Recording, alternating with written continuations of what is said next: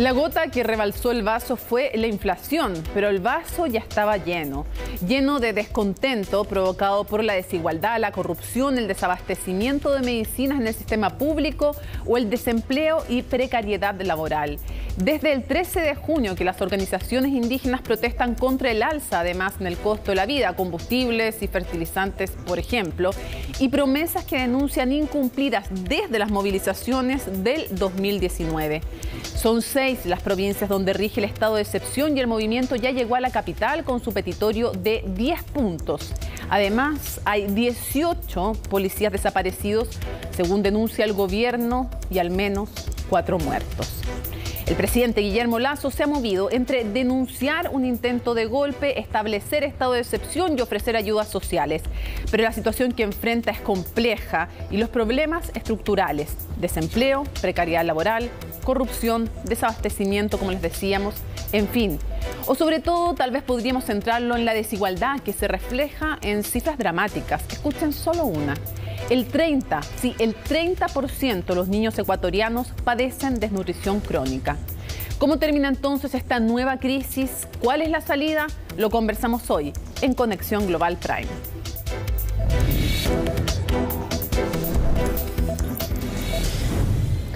Pero queremos ahondar en lo que ha sido esta última crisis porque de hecho hay 3 presidentes en el pasado muy reciente de Ecuador que han sido destituidos en medio de protestas también por distintas razones, pero siempre manifestaciones importantísimas.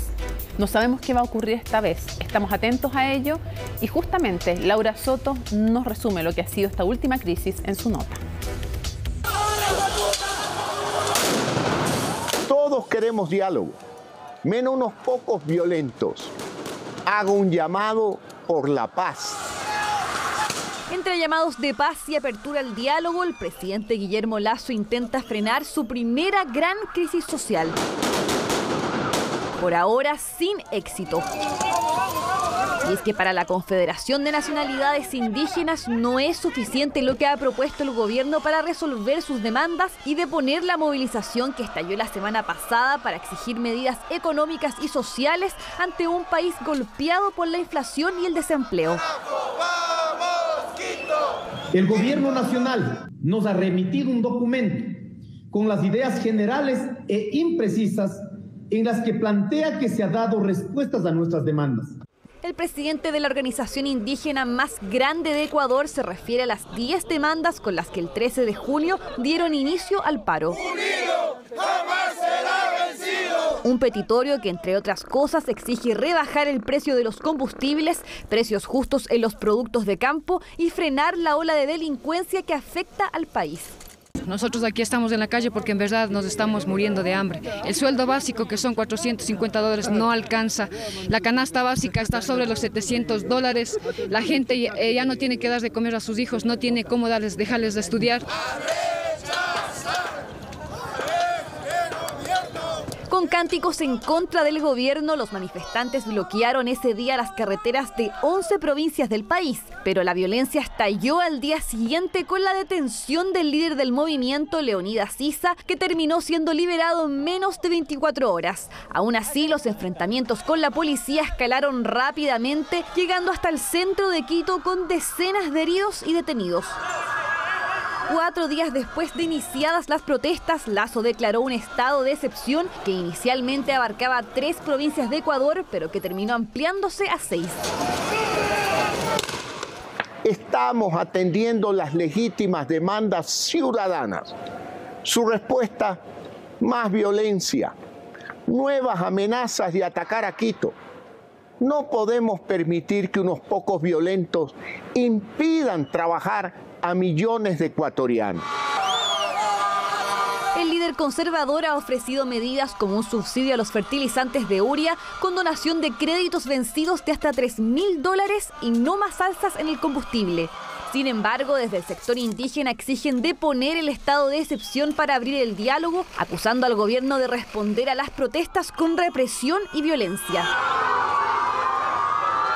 Para desfilar pacíficamente, para conversar, el diálogo, el llamado que el presidente está haciendo. Pero mira, ¿con qué nos reciben?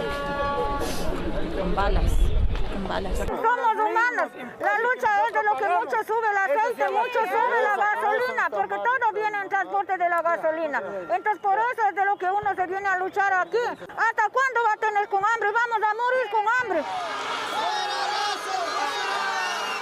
El propio Lasso ha manifestado que lo quieren sacar del poder. El mandatario busca no repetir la misma historia de octubre de 2019, cuando una ola de protestas obligaron a su predecesor Lenín Moreno a abandonar Quito y trasladar la sede de gobierno a Guayaquil.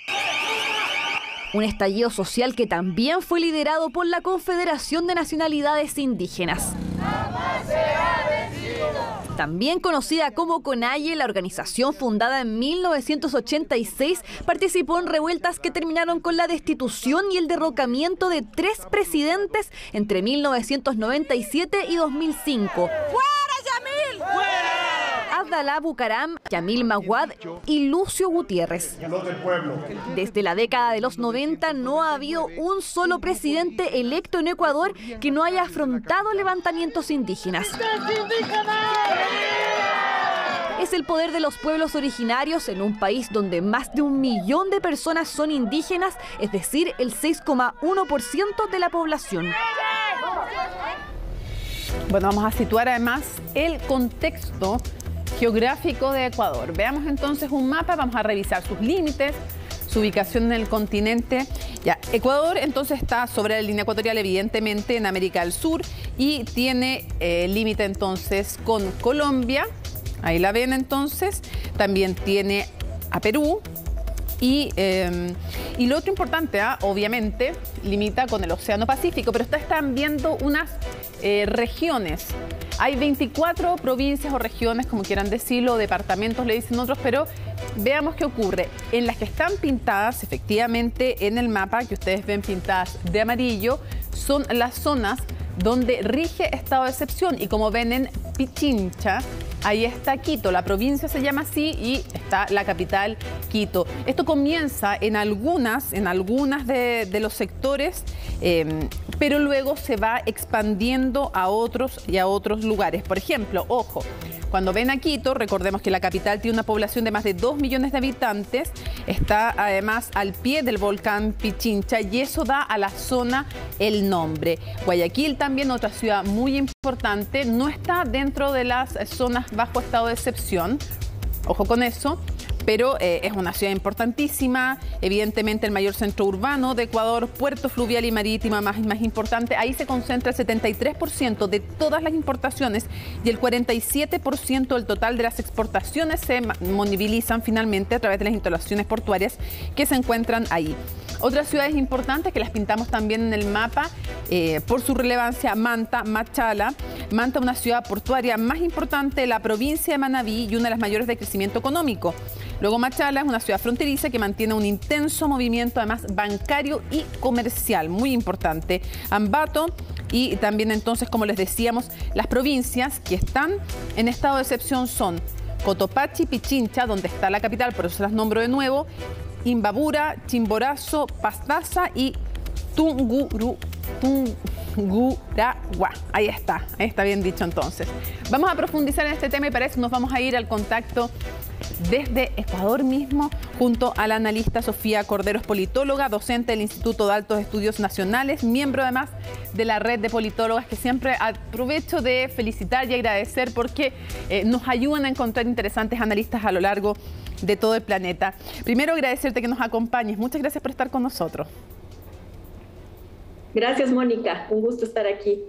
Sofía, me gustaría que le explicaras a la gente qué importancia tiene el movimiento indigenista en Ecuador y específicamente qué es Alianza Seibo. Perfecto. Bueno, el movimiento indígena tiene una larga trayectoria de lucha. El primer levantamiento indígena de 1990 es un hito en la historia de la democracia en el país. A partir de 1996 crean su instrumento político, el Pachacutic, y entran en la disputa electoral formal.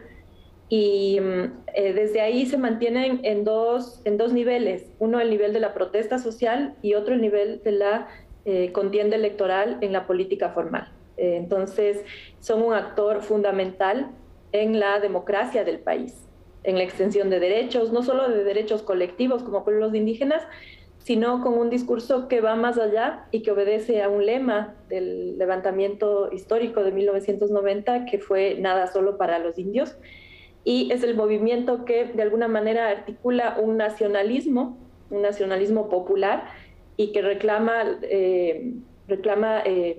demandas, ¿no? Demandas de necesidades básicas y de mejores niveles de vida para toda la población. Sofía, tú ya lo mencionabas, además que políticamente tiene a Pachacuti como su brazo político, su expresión política, que además tiene varias vertientes, no es que estén todos alineados en un sector o en otro. Pero antes quisiera preguntarte, ¿cómo se ven en estos momentos, a esta hora, cómo estás viviendo y cómo se está viviendo en el país las movilizaciones y también cuánto arraigo tiene ahora las peticiones que hacen los movimientos indígenas y cuánto a lo largo de la historia, porque eso también puede ir variando de un momento a otro? Sí, tu pregunta es muy importante porque yo creo que a partir de octubre del 2019 hay que hacer una diferenciación de lo que fue hasta ese momento la CONAIE y lo que es a partir de ese momento la CONAIE, por una serie de razones. El devenir histórico, la urbanización profunda que ha sufrido, que ha experimentado la población indígena y una serie de otros factores. ¿Y cuál es la diferencia? Yo creo que en 2019 ya tuvimos una experiencia y ya nos llamó la atención esa diferencia, pero ahora se confirma, la movilización indígena ya no es del tipo que fue hasta el 2019, que básicamente sus recursos, digamos, su movilización giraban en torno a un levantamiento, ¿sí? Un levantamiento que obedecía a una coordinación desde las bases, desde las comunidades, organizaciones de distintos niveles en la jerarquía de la CONAIE y que articulaba así a una convocatoria masiva del movimiento indígena. Lo que yo veo ahora es que en una parte de la CONAIE se mantiene ese tipo de movilización, pero en una buena parte de sectores nuevos, de sectores jóvenes y sobre todo en la nueva dirigencia, lo que tenemos es una protesta mucho más violenta que se acerca más a lo que podría considerarse un tipo de guerrilla urbana, ¿no? Entonces yo creo que es un momento crucial para distinguir lo que está pasando dentro de la CONAIE y lo que eso implica para el país y la democracia. Preguntarte, dentro ahora en la CONAIE, el líder natural es Leonidas Issa, ¿ok? Quisiera que nos hablaras un poco de él, porque además él proviene de una familia de dirigentes ligados a este tema. No es que venga despertando ahora y apareciendo ahora, de hecho lo vimos el 2019 también participar, y viene, como digo, de una familia en donde no solo él, sino que también contemporáneos y también sus predecesores han sido partes de este movimiento. Entonces me gustaría que lo caracterizaras como líder. Así es un líder cuya familia, ¿no es cierto?, obedece a generaciones de dirigentes históricos, ¿sí? No solo su padre, su tío y una serie de generaciones de las que él ha aprendido durante la vida, lo que es el liderazgo, y no solo de ellos, sino también de su comunidad, porque el liderazgo de los pueblos indígenas de la Sierra Ecuatoriana, es, digamos, de las zonas altas, obedece a un sentido también comunitario, ¿no? Que se mezcla con lo familiar. Entonces es un aprendizaje de la vida. Y Leonidas Issa, digamos, no lo conozco personalmente, pero sabemos que fue siempre un joven muy inquieto, con ganas de aprender, con un sentido de la lucha popular muy profundo.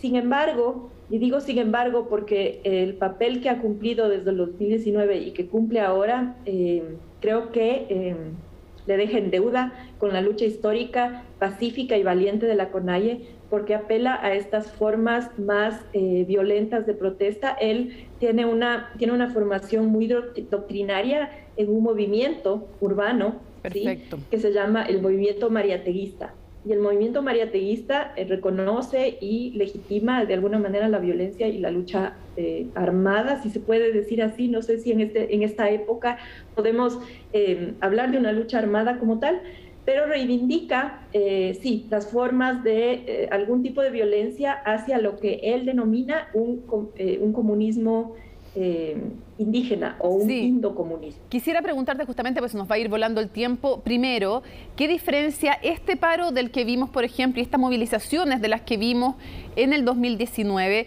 Se habla también de grupos de narcotráfico, de grupos infiltrados en las movilizaciones, cosa que no veíamos en la del 2019 o no con esta importancia, y si hay condena o no en la ciudadanía al uso de la violencia como método de lucha política o no. Algo que a mí me parece condenable y quiero dejarlo establecido, pero quiero saber cómo lo están tomando los ecuatorianos y qué diferencia hay con el paro anterior.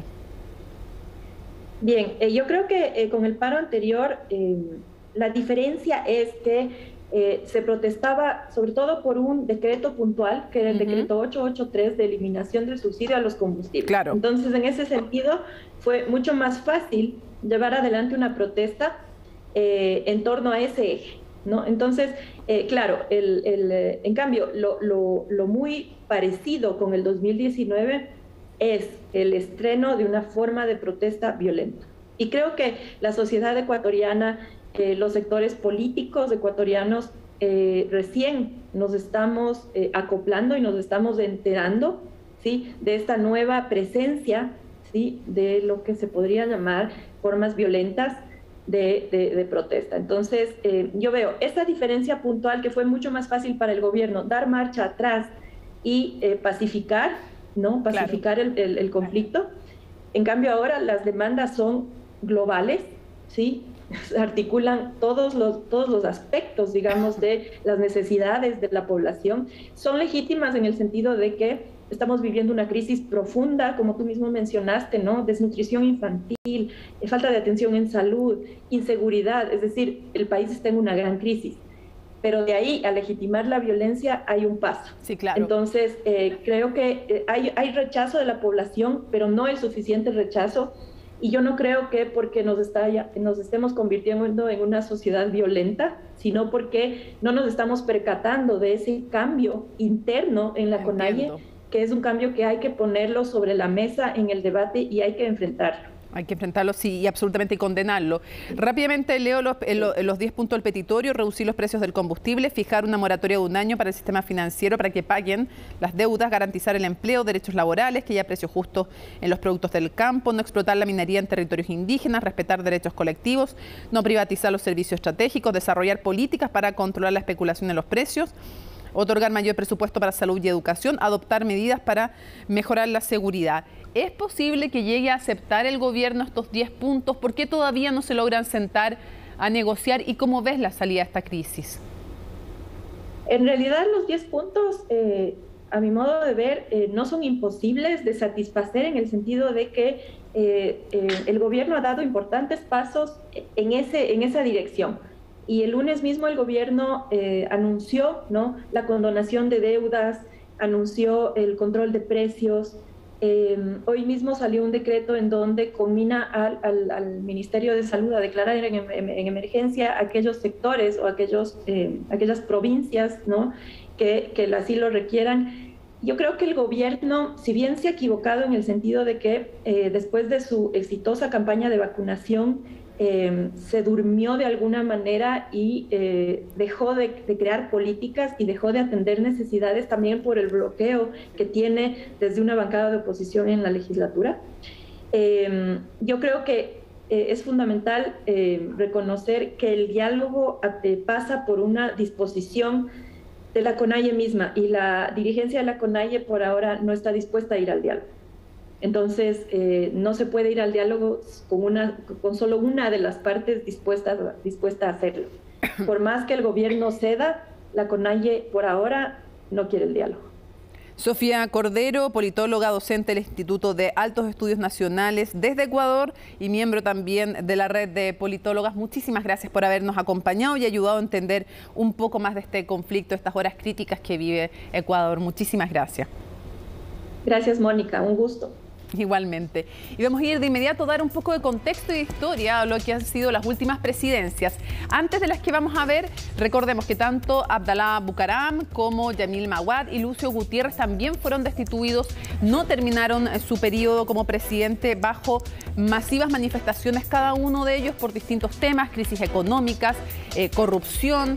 Así es que, bueno, ahí tenemos, de hecho, al menos 3 mandatarios entonces en la previa de lo que vamos a revisar ahora. Y comenzamos la línea histórica más reciente con un presidente que ustedes probablemente van a recordar, que es Rafael Correa. Él gobernó desde el 2007 al 2017. 10 años entonces. Él hablaba de la revolución ciudadana, hablaba de amplias reformas políticas, económicas, sociales, educativas, y hablaba entonces de la aplicación de una forma de socialismo del siglo XXI en Ecuador, y hablaba de una política exterior basada en el bolivarianismo. Fue reelegido 2 veces, el 2009 y el 2013, fue el primer presidente de la historia de Ecuador en que lo logró y concluyó el 24 de mayo de 2017 cuando asumió el poder su ex vicepresidente Lenín Moreno, que se termina peleando con él. Se supone que era básicamente como su delfín político y no fue así. Es el presidente que más tiempo ha ejercido el poder en forma consecutiva por 10 años, 4 meses y 9 o 10, y el quinto en ejercer más poder en general. Esto era primero en forma consecutiva y después en general. Lo otro importante es que el 27 de abril la Corte Nacional de Justicia de Ecuador lo sentenció a 8 años de prisión por el delito de cohecho en el caso Sobornos, un caso que ocurre entre el 2012 y el 2016, y dicen que había una estructura delincuencial organizada de la cual también él era responsable. Le ha negado la extradición Bélgica a Ecuador, un país entonces de donde proviene la esposa del expresidente Rafael Correa, y él dice que es persecución política. Hablemos entonces de Lenín Moreno. Se presentó entonces como candidato presidencial en las elecciones generales del 2017 por el movimiento oficialista Alianza País. Ganó en balotaje con un 51,16% de los votos. ¿A quién le ganó? Al actual mandatario Guillermo Lasso, que era candidato de la alianza entre el movimiento Cero y el movimiento Suma. Movimiento Creo, perdón, y el movimiento Suma. Durante la transición entonces se reunió con gente del mundo empresarial, social, incluso indígena. Lo otro, que era el primer presidente de Ecuador que estaba en situación de discapacidad, está en una silla de ruedas, y habló también de trabajar por las personas en situación de discapacidad y se peleó muchísimo, habló de que había corrupción. Recuerdo que lo entrevistamos en una ocasión y hablaba muy mal de Rafael Correa y denunciaba sus diferencias políticas, y además hablaba en contra de las acusaciones de corrupción. Digo, no hablaba en contra de Correa por acusaciones de corrupción. Él también sufrió protestas sociales muy fuertes el 2019 y finalmente retira el decreto de alza del precio de los combustibles que se enmarcaba dentro de un acuerdo con organismos internacionales económicos. Así es que finalmente entonces tuvo que cambiar, además, de hecho, desde Quito a Guayaquil, la sede de gobierno, en un momento en que no podía llegar a Quito a gobernar. Y entonces Guillermo Lasso, el actual mandatario, cambio de eje político hacia la centroderecha. Desde el 2021 electo, está enfrentando días muy complejos, como ustedes saben, pero hubo un cambio entonces de giro político entre los 3 mandatarios y ahora vamos a ver, no lo sabemos, hasta qué momento y en qué condiciones logra ejercer su mandato Guillermo Lasso. Vamos a ir a analizar justamente este tema. Y para eso nos vamos al contacto. Me dicen si voy al tótem o voy para allá. Entonces me voy al tótem para conversar con nuestro siguiente analista, Arturo Moscoso, abogado, politólogo, académico desde Ecuador también. Muchísimas gracias por acompañarnos. Hola Mónica, buenas noches, gracias por la invitación. Muchísimas gracias a ti por acompañarnos, y lo primero que quisiera preguntarte es ¿hasta dónde crees que va permeando este conflicto? ¿Es un conflicto que va permeando y va ganando adhesión en trabajadores, en universitarios y ya no solo en el movimiento indígena? ¿Cuán propio o cuán ajeno lo siente la mayoría de la población las demandas, por un lado, y también la posibilidad de sumarse a las protestas en las calles? Bueno, esto es interesante en la medida de que en efecto se han ido sumando a las protestas de otros sectores sociales. Sin embargo, no tanto como fue en octubre de 2019, donde ya tuvimos una paralización más o menos de estas características, aunque la actual es menos violenta, es violenta, pero un poco menos, y menos organizaciones sociales han plegado, ¿no? Lo que también tenemos es que ya alguna gente que está en contra de las movilizaciones ha empezado también a movilizarse por su lado en un pedido de diálogo y de deposición de estas intransigencias que han caracterizado justamente los pedidos de la CONAIE y de la dirigencia indígena. Y pues claro, esto podría complicar aún más la situación, ¿no? En todo caso, la movilización social tiene un justificativo que es evidentemente la crisis económica por la que está pasando el Ecuador y por la que creo que todos los países latinoamericanos han pasado gracias a la caída de los precios de los commodities y a la pandemia.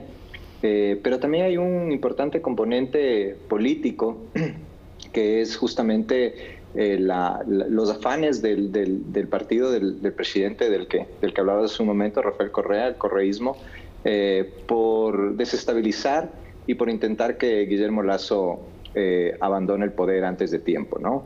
Ahí hay un interés clarísimo de esta organización política por lograr ese objetivo, pues, y se ha sumado también a este intento del que Leonidas Issa, que es el principal dirigente de la organización indígena, la CONAIE, pues también ha hecho lo propio, ¿no? Diciendo que el objetivo final es bajarse al presidente, ¿no?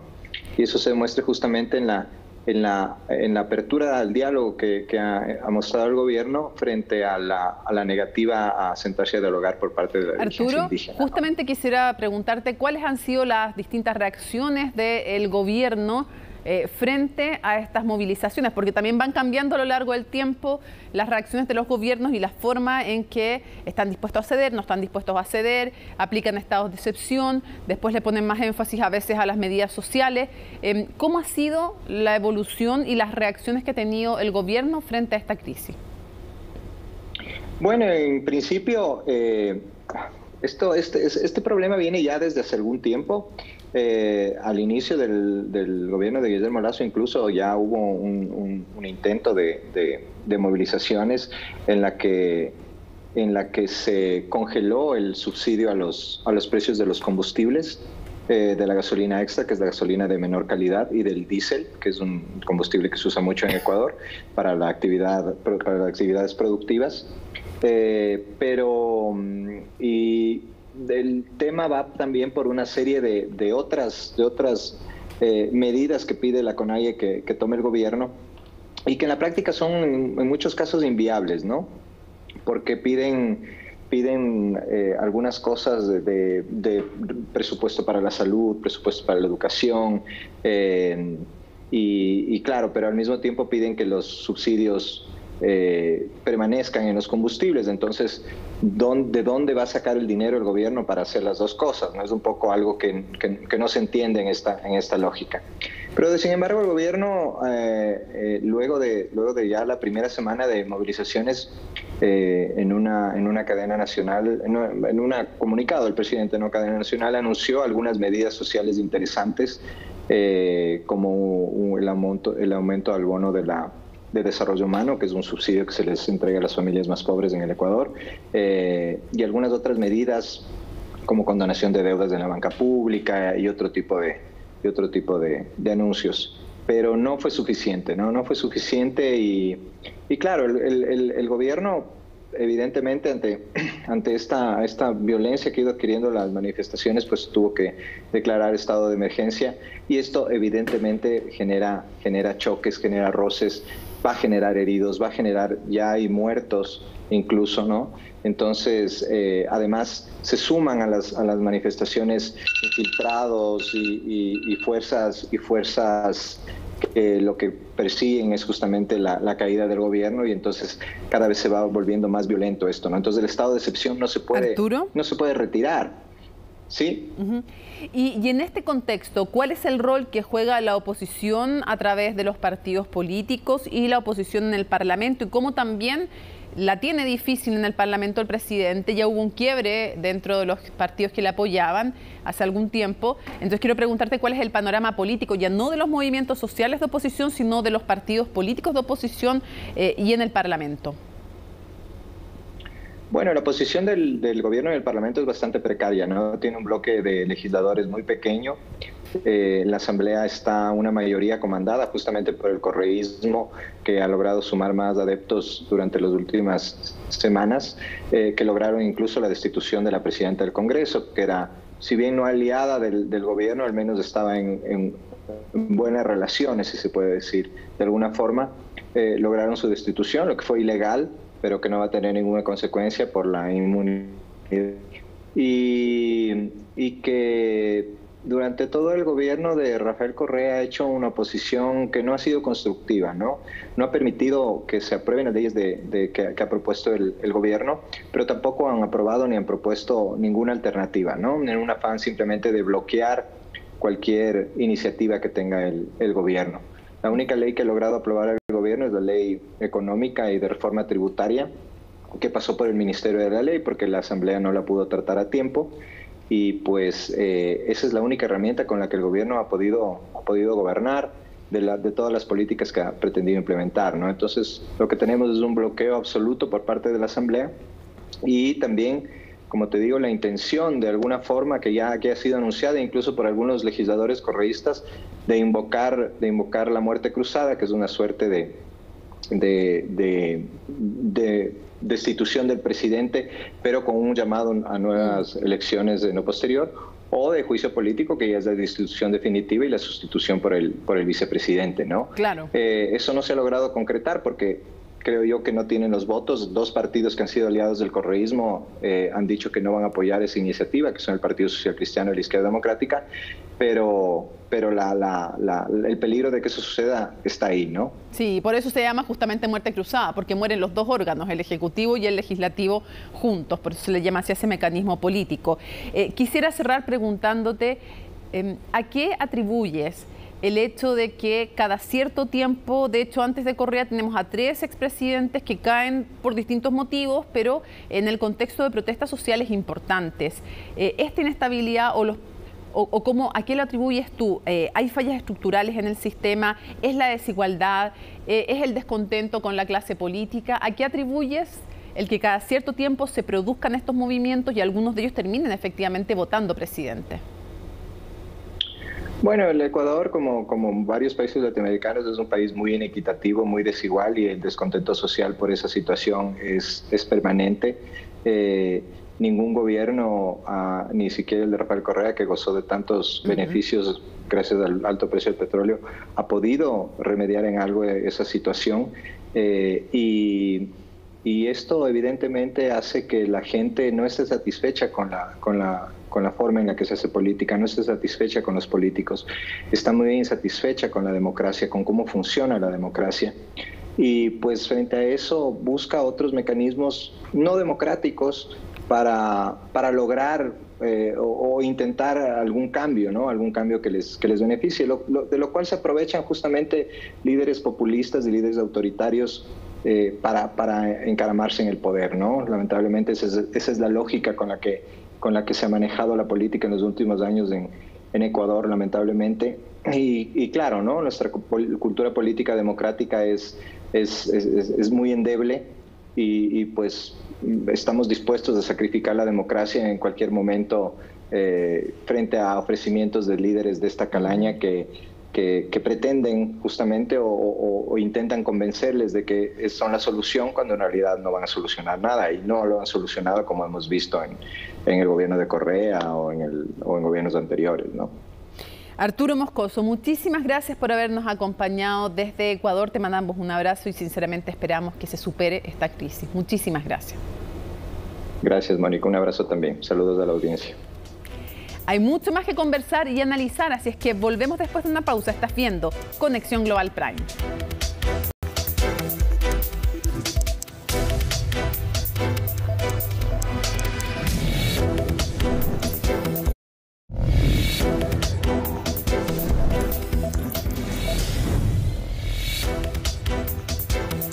Estamos listas para seguir analizando la crisis que vive Ecuador y nos acompaña Paz Milet. Paz, qué gusto tenerte de nuevo con nosotros, con nosotras. Analista política y académica del Instituto de Estudios Internacionales de la Universidad de Chile. Así que bienvenida nuevamente. Muchas gracias. ¿Cómo definirías tú la magnitud de la crisis que está viviendo Ecuador? Porque como lo conversamos antes de comerciales con los otros panelistas desde Ecuador mismo, no es la primera vez. Entonces la pregunta en esta ocasión es más grave que otras, es más profunda, es igual.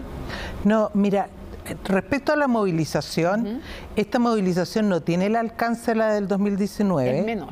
Ya. Y está bastante cuestionada en cuanto a la legitimidad, ¿no es cierto? Porque Ecuador está viendo una situación muy difícil. Políticamente, el que está en el poder es un presidente con muy poco respaldo en la Asamblea. Pero también legislativa. Exactamente. Que es unicameral, además. Exactamente. En el fondo, claro, Ecuador es unicameral. Entonces, no hay que olvidar que antes que él en respaldo está el grupo correísta y los indígenas que lograron tener una expresión política bastante relevante. Pero, ¿dónde está el cuestionamiento a la legitimidad? Que es un país que ha vivido una de las crisis más profundas a consecuencia de la pandemia.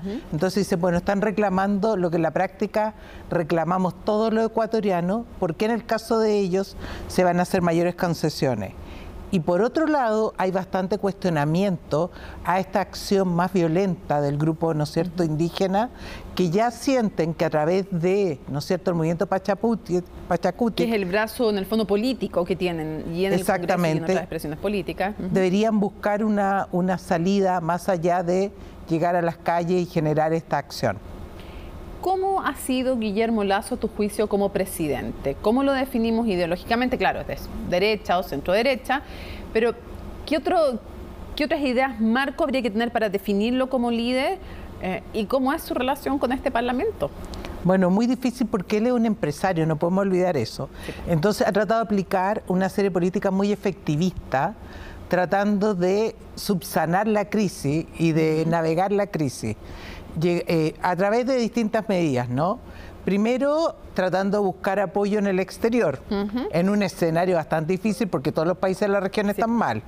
Ya además sobrevino la crisis de Ucrania y un contexto internacional muy adverso. Subieron los precios del petróleo, el que tienen un 70% de producción interna, pero igual tienen que importar y claro, sube el precio, suben las arcas fiscales, pero los productos se hacen más caros. Exactamente. Tienen que subsidiar más.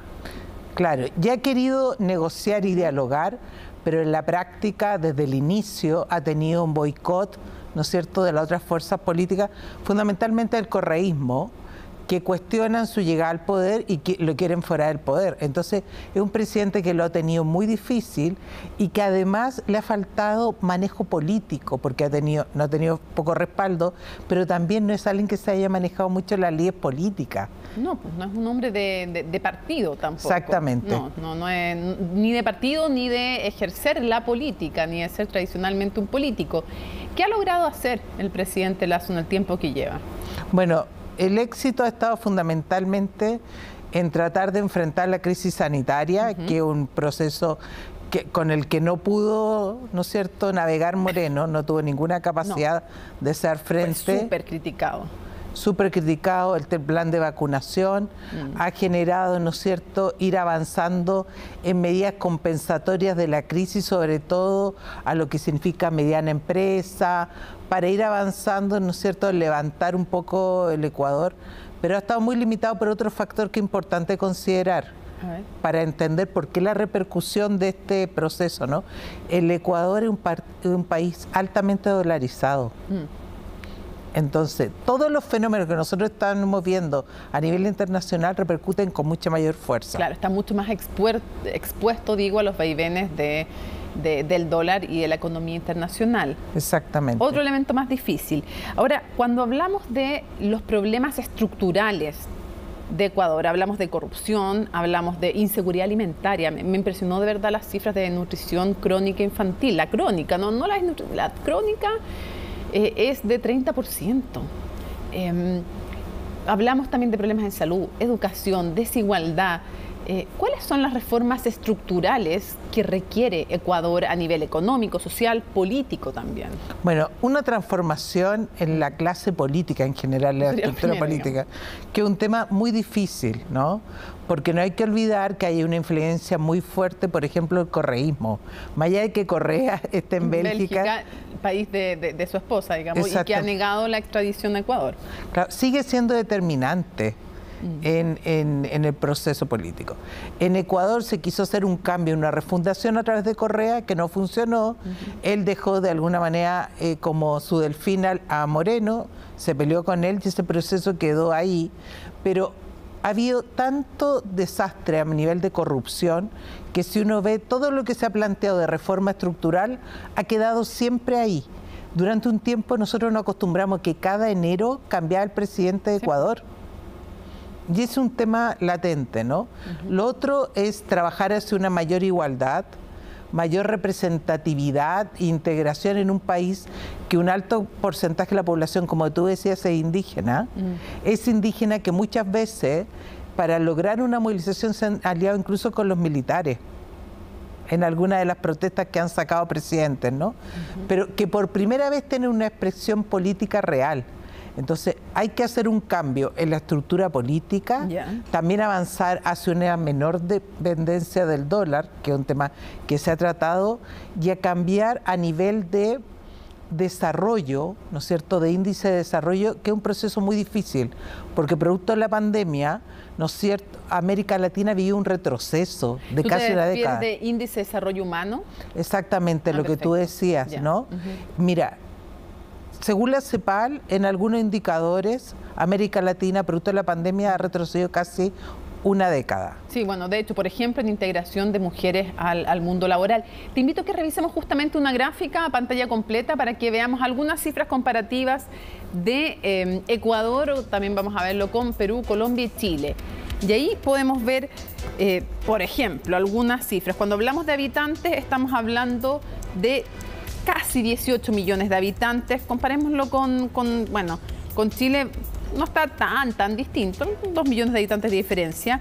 La superficie, 256.370 kilómetros cuadrados. Es bien chiquitito comparado con los otros países que estamos mencionando. O sea, Chile es como 3 veces más que Ecuador, y bueno, Perú ni comparado, tiene 1 millón de kilómetros cuadrados más.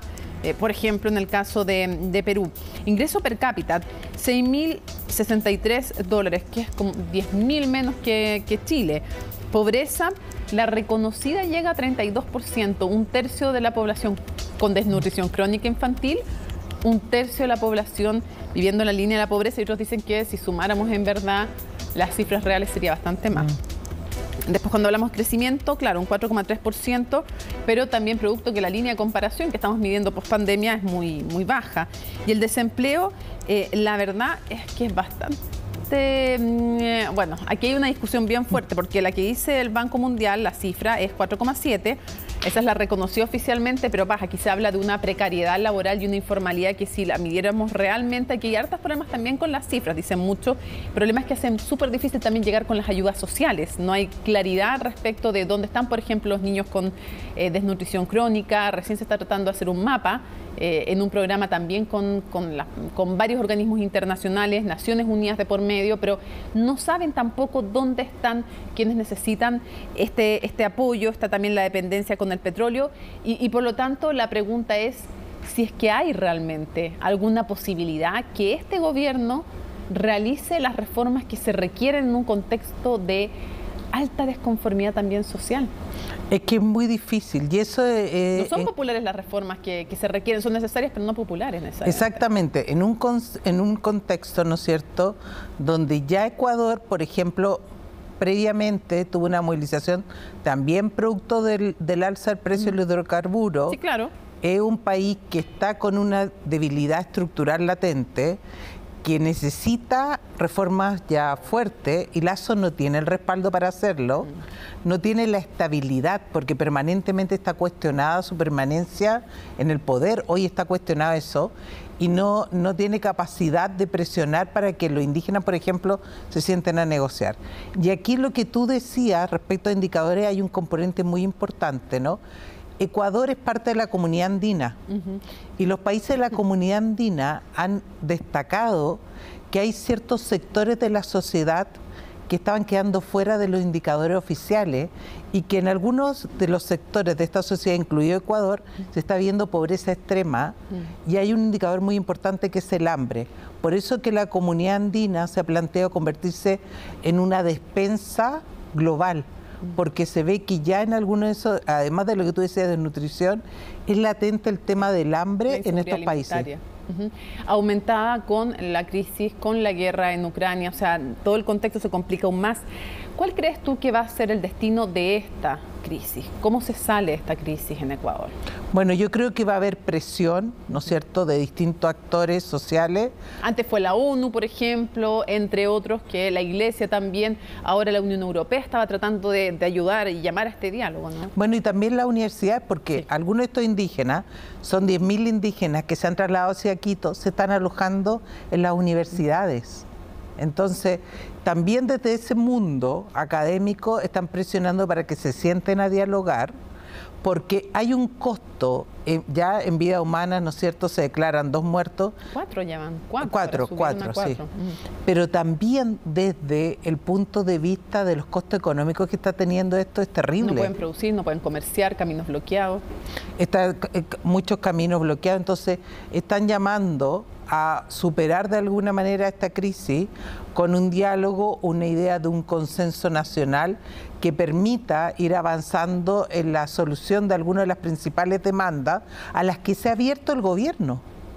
Si el gobierno se ha abierto a alguna de esas demandas, pero no va a negociar, eso lo han planteado, sin un estado de excepción y con condiciones. El estado de excepción lo consideran fundamental para defender la ciudad, para defender la capital. Claro, porque hay ciudades que han estado sitiadas literalmente durante estas protestas. Ahora, aprovechándome la expertise que tienes en Latinoamérica, Paz, ¿cómo se ve el panorama en este continente con todas estas complejidades, inflación, la guerra en Ucrania, que es más complicado todavía o más incierta la seguridad alimentaria, por ejemplo?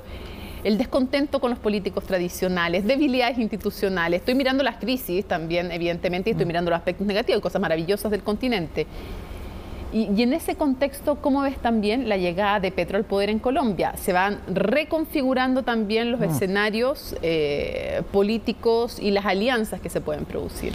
Claro, pero en un escenario muy distinto, porque existen muchísimas expectativas que después de Petro venga Lula en Brasil. Entonces se dice una nueva marea rosa en la región, y la verdad es que la realidad no es comparable. El primer periodo, ¿no es cierto?, cuando Lula estuvo en el poder, los precios de los commodities estaban muy altos y había una estabilidad política sustentada en gran medida por los altos ingresos que estaban teniendo nuestros países. Se podía hacer mucha actividad de política social. Mucho subsidio, ¿no es cierto? Pero las circunstancias son muy distintas. Antes de que llegara la pandemia, nuestra región estaba creciendo en promedio solo 0,7%. Llegó la pandemia, se profundizaron ciertas deficiencias, muchas que ya existían, muchas estructurales, ¿no?